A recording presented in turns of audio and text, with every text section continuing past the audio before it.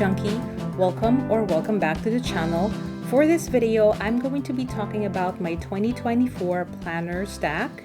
I understand that it's probably late in the game to be talking about this, but hear me out. The reason why I want to film a video about this is first because I enjoy watching planner stack videos on YouTube. I enjoy looking at people's choices of planners for the year and how have they been doing, how have they been acclimating into their planner choices. And that brings me to my second point. I feel like the beginning of the year is kind of like our experimental stage. We're in the first 2 months of the year. We are trying to get used to our planners. We're trying to fit our schedules, our lives into them, and really try to see if the planner choices that we made are actually working. And this is why I have this video today. So I will walk you through my multi-planner era. We're still in this phase right now, and I'm really looking forward to walking you through some of the planners that I have for the year. So I'm gonna put aside these two small books and I'll go over them very quickly later. But first, I'm going to be talking about what's inside this B6 Muji cover. So let's get into it. Let's open this up. So inside the B6 Muji cover, I have two books. One is the Sterling Ink Common Planner. This is actually a 2-book system, and I have here part 1 of the book, and I also have a B6 Stalogy. This is actually unplanned, and I'll talk about it a little bit later, why it is unplanned. So inside this cover, I have these 2 books. I have the 2 pens that I use a lot because I love brown inks. I have this Unipin fine line pen in sepia color, and this is a Pentel Stylo in brown. And I just keep them here in this zipper section. I don't have much. I don't want to bulk it up too much. And I also have this nifty vinyl container that houses some of my washi tape samples. Quite convenient to bring them around. And I can use different styles of washi because of this. So I just keep them here in a flap so that it's easy to transport and everything that I need is here. So I'm just going to quickly talk about my B6 Common Planner. This is my personal planner. And I also have another B6 Take a Note planner that is my work planner that I forgot to bring. I forgot to bring them. So I am only going to be talking about my personal planner this time around. So just very quickly, I wanted to show you how I've set it up, how I'm using it. So I just did a quick deco over here. I have my goals for the year, personal goals rather, here in the goal breakdown section. And the quarterlies I use to keep track of some of the personal habits and personal stuff that I want to keep. I use this left-hand section to reflect on the previous month and the upcoming month. And just looking at it right now, I'm kind of regretting the ink choices that I have. I don't like the red being so stand out here. I will change that in Q2.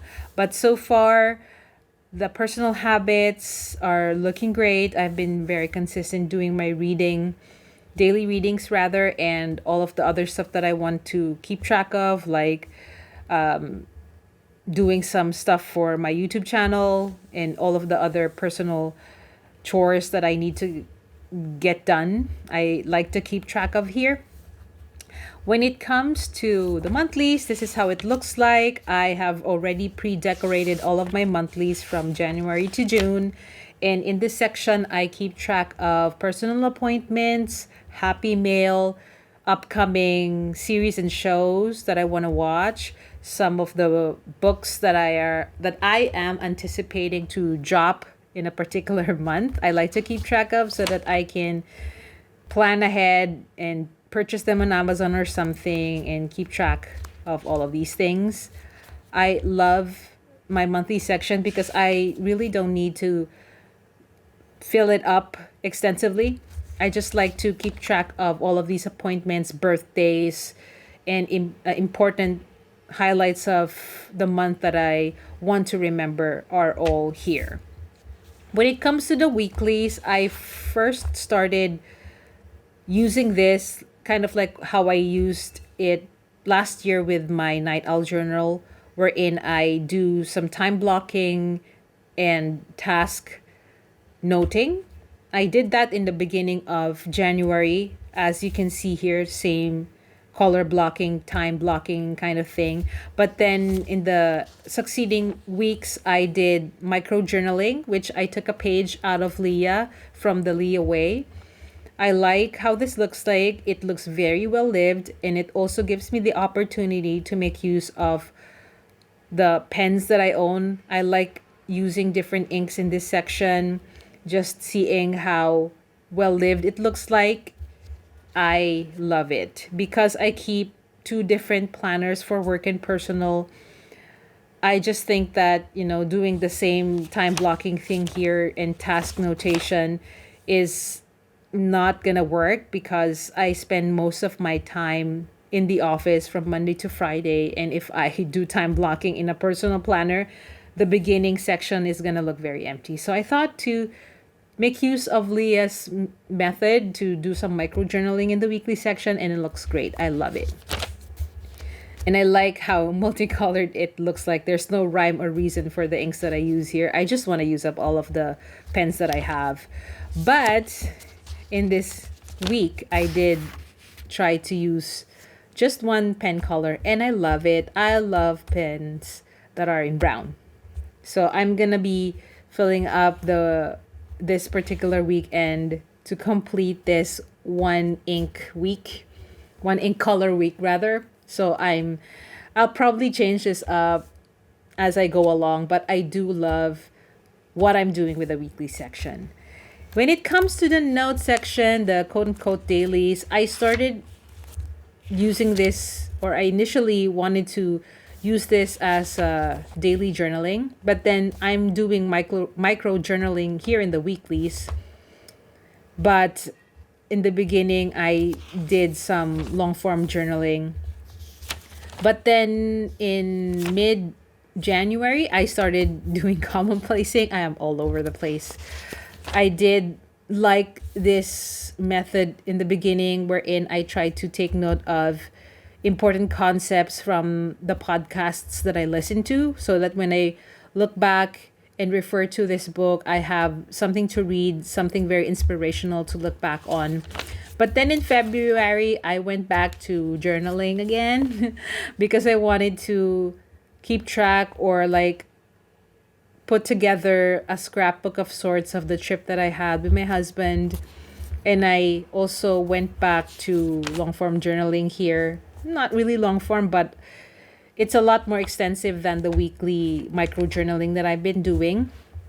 And I like doing this because it gives me the opportunity to use my pet tapes, my stickers, and stuff like that. So I keep shuffling from journaling to commonplacing. It's fine. It's the note section. There are no dates, so I'm free to do whatever I want with it. Although one thing that I'm really worried about is that I still have quite a number of pages to use up. It's still quarter one. We're almost done with quarter one. And I still have a lot of things, or a lot of pages to use up. I'm a little worried about it, to be honest, but I'm just gonna take each day as it comes. All right, let's get into this basic Stalogy that I have. As I mentioned, this is an unplanned book, mainly because I was struggling a little bit with separating work and my personal planner. I felt that when I separated my work and personal planners, something felt off.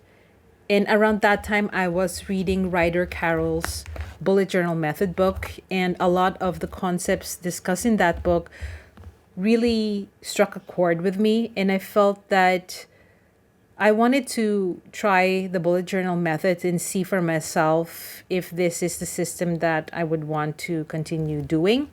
So I dug up this old Stalogy notebook. I actually used this previously last year in August as a bullet journal as well. But at that time, I have never read the book. So I just went to YouTube and followed a couple of very simple setups on the bullet journal. I do like how I used that method in the beginning, but looking at it right now, I felt like something was still missing with the previous practice that I was doing. So I thought to bring up this old notebook and try to do a bit of bullet journaling here using Writer Carol's method.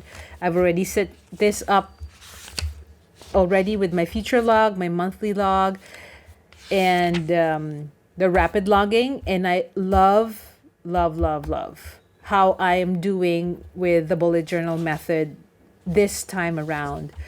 And as you can see, there are no stickers, very minimal decoration. And actually, I just tried out this rolling stamp right here.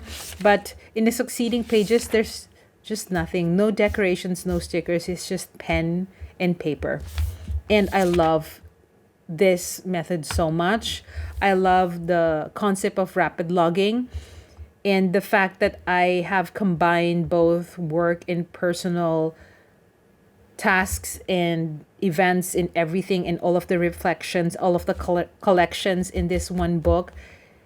I felt like something clicked, and I am enjoying this so much that I will continue to keep up with this practice. I am consistently learning a lot more about the bullet journal practice as I go along, and as the weeks and days progress, I am adding a couple more insights into my daily logging, reflections, weekly logs, and stuff like that. So, okay, next on the stack is this Hobonichi Weeks in the Moomin cover. I love Moomin, and I'm so glad I was able to snag this off of Shopee here in Taiwan, where I'm based. And I really love this very whimsical design that is from front to back, and also in on the inside cardstock page they also have like a really cute design also here at the back, and they also provide a Moomin themed shitajiki or pencil board. I love that. I also got this page keeper from Hobonichi just to keep the book shut.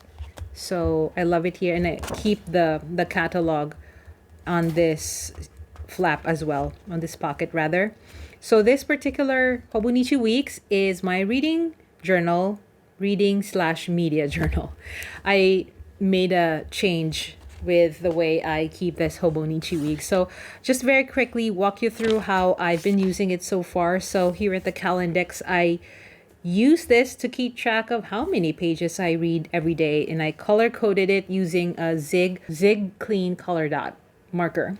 And this just gives me an overview of how many pages that I've read based on the color legends that I have here. And I love filling up this section and looking at it in retrospect just to see like the reds are kind of like popping out, because anything that's below 10 pages read is colored red marker. So I quite have some of them here both in January and February, and I plan to complete this, and I think it would look so pretty once you finish the entire year.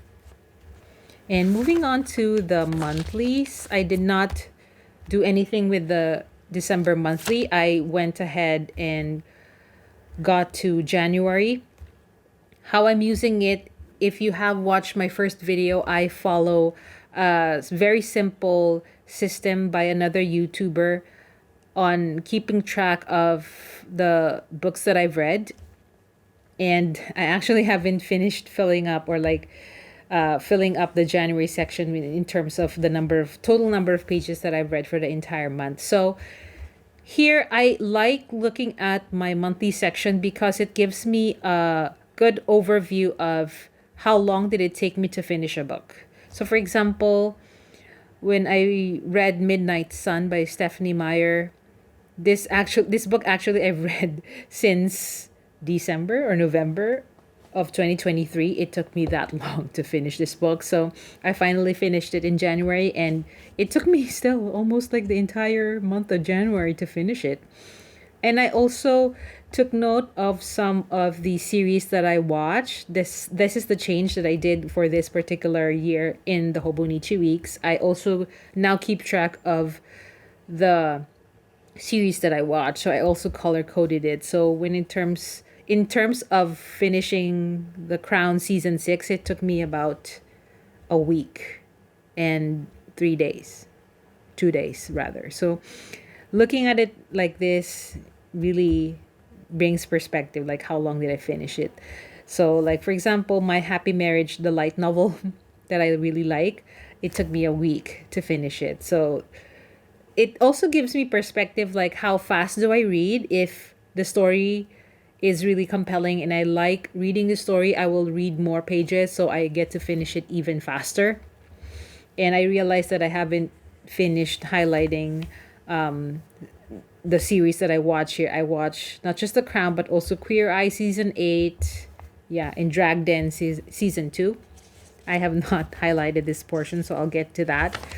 So now we're here in February. I'm doing basically the same, highlighting stuff. So I finished the bullet journal method in February. It took me very quickly, around I started it in the tail end of January and I finished it mid-February, so that's a good thing.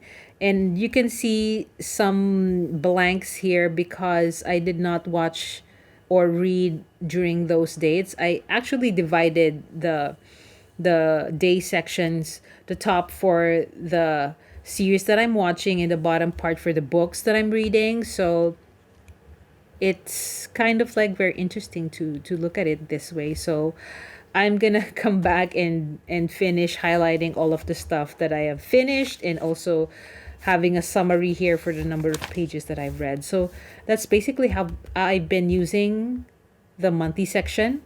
If you want like a deeper dive on how I came up with these numbers for the reading section, please let me know and I will walk you through the method that I have adopted from the YouTuber who I really found that system to be quite effective.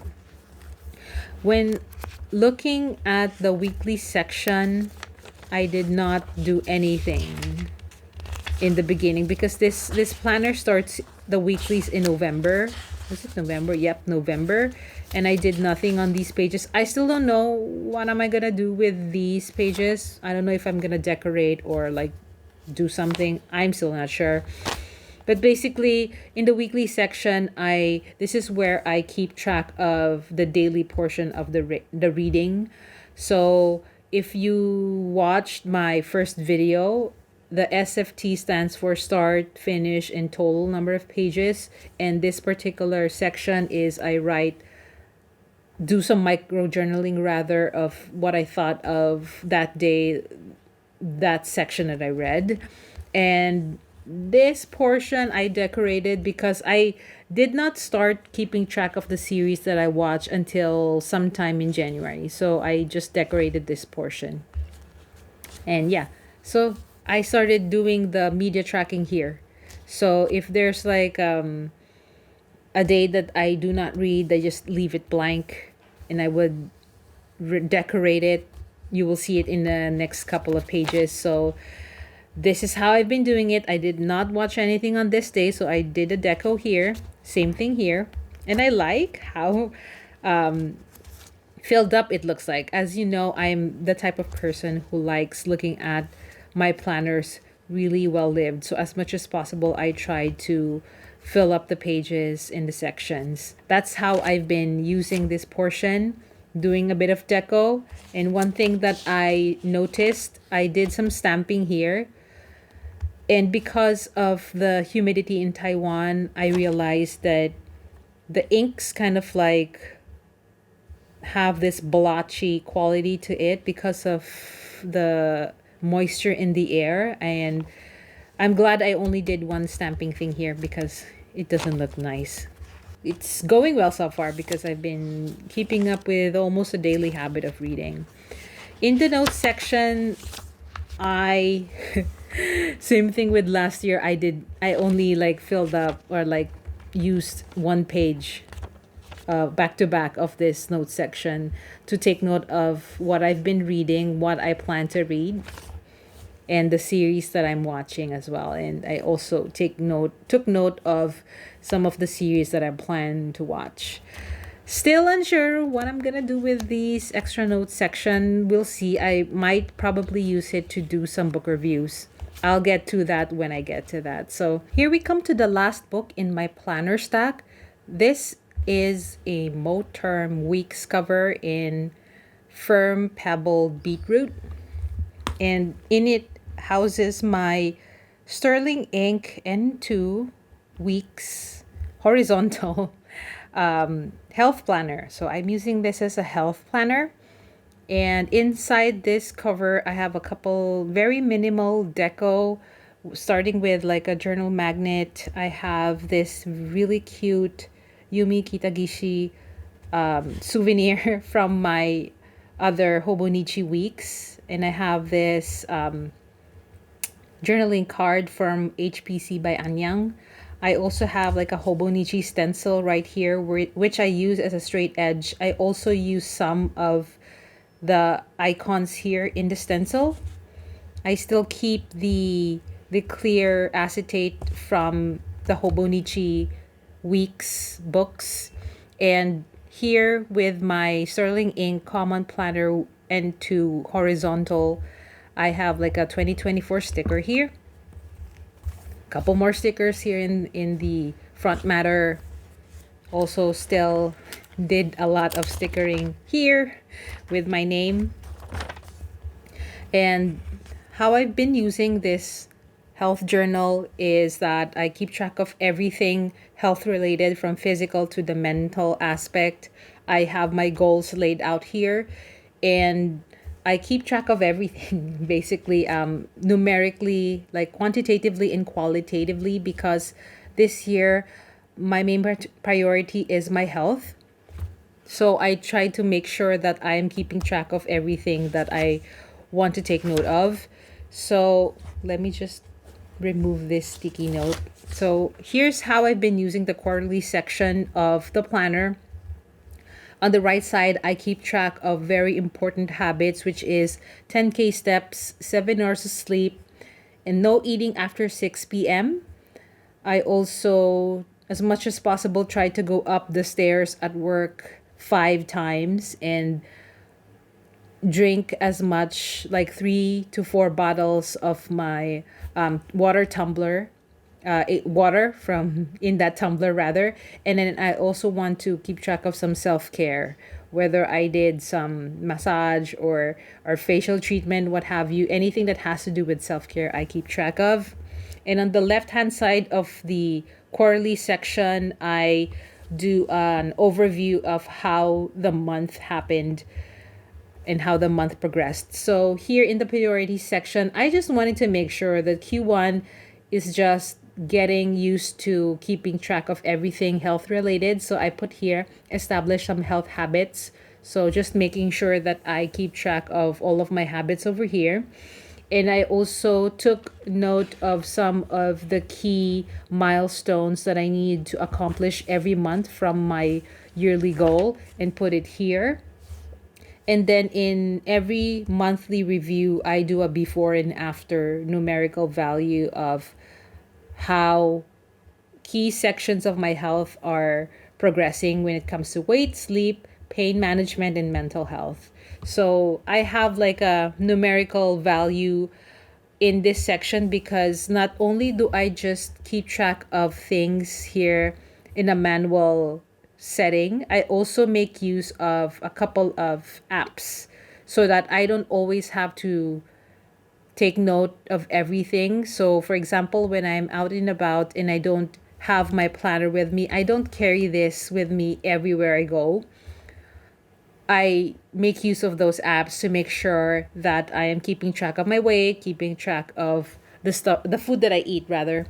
So, and then I come back to the planner to take note of all of these statistics. In the monthly section, I have decorated everything. Let me just remove this. I've decorated all of the monthly sections previously, so sort of like what I did with my B6 Common Planner. I already decorated the monthlies. And this is just a trial run in December because it does give you December of last year.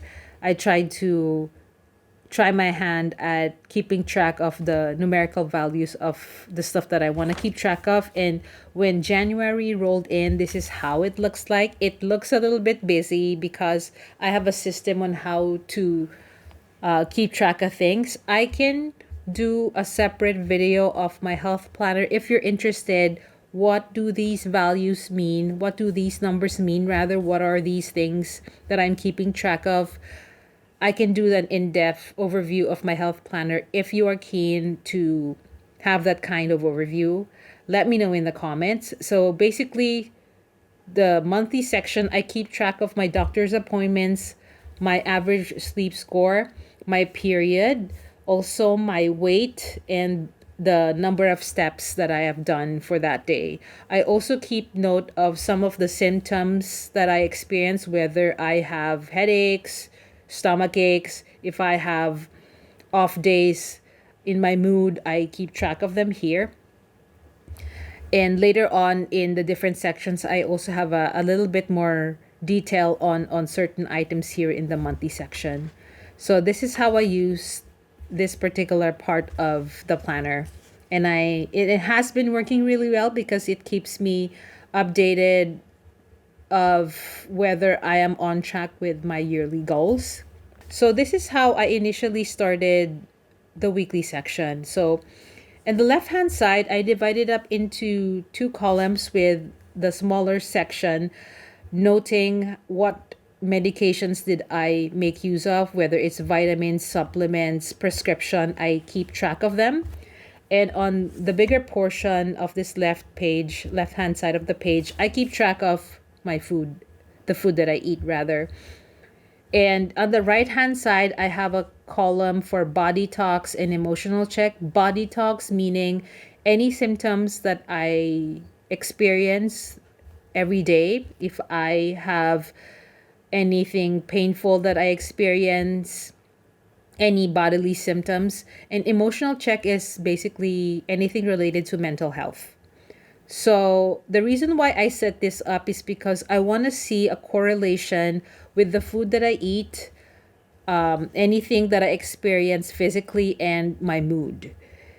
And also, of course, the medication that I take, because I feel like all of these are interconnected and I want to keep track of trends to better understand my body and to better understand, for example, why am I not losing weight despite changing up my diet or changing up the frequency that I eat. Some minimal decoration. So if you notice in the beginning of the year, very minimal. It usually just started at just pen and paper, and then I progressed to having a bit of deco out here. So it changed a little bit, but I still keep track of everything here. As you can see, I like the consistency of what I'm doing here. In the notes section, this is really, I would say, one of the interesting things that I have done to this planner. I have a tracker which I adopted from Danielle from Dandelion Diaries. I really love this section because as I mentioned, I like keeping track of certain portions of my health and then trying to figure out the correlations of certain aspects of my health. So this tracker is keeping track of my sleep, my pain, and my mood. And I used 3 colors here using the Jetstream, the Hobonichi pen. And I use this pen because it doesn't smear at all. And as I mentioned, I adopted Danielle's health tracker in her own Hobonichi weeks. So I found that really interesting. So I did it the same thing here. And at a glance, I can definitely see if I've been sleeping well, like in terms of my goal, which is at least 7 hours of sleep. Sometimes I won't I won't have enough sleep, like only 6 hours or so.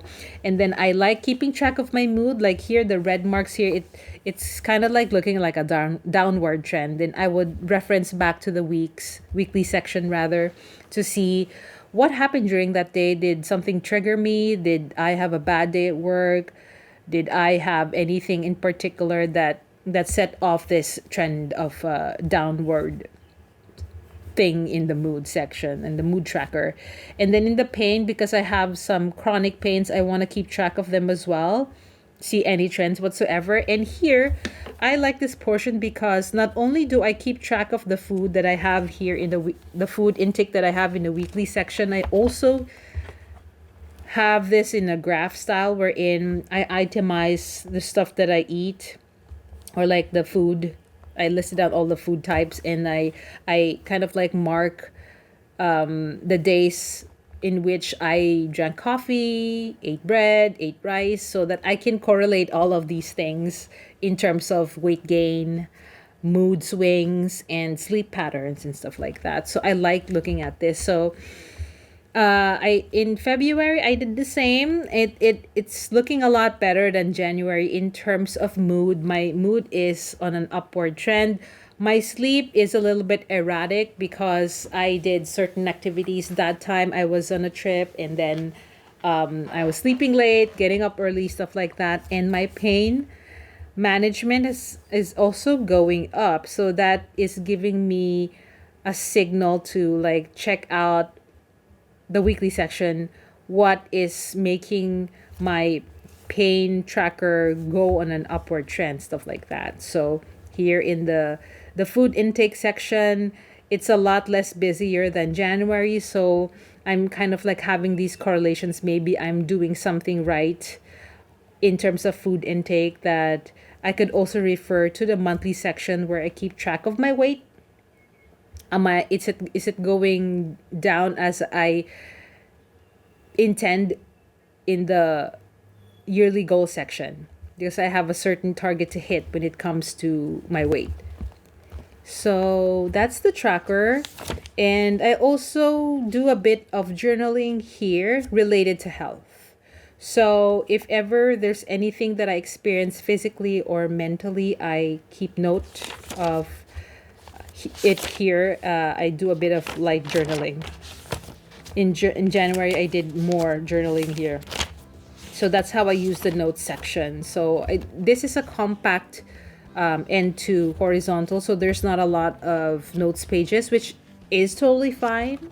I don't journal here every day. So whenever there's anything that I need to expound more that could not be captured in the trackers that I have, I put it here. So I unload my brain with all of those worries and stuff like that related to health. So that is how I've been using this planner. And I have to say that this planner is one of the most used books that I have this year. And I totally enjoy keeping track of my health because, as I mentioned, this year is a priority for me for health. All right, that wraps up everything about my 2024 planner stack.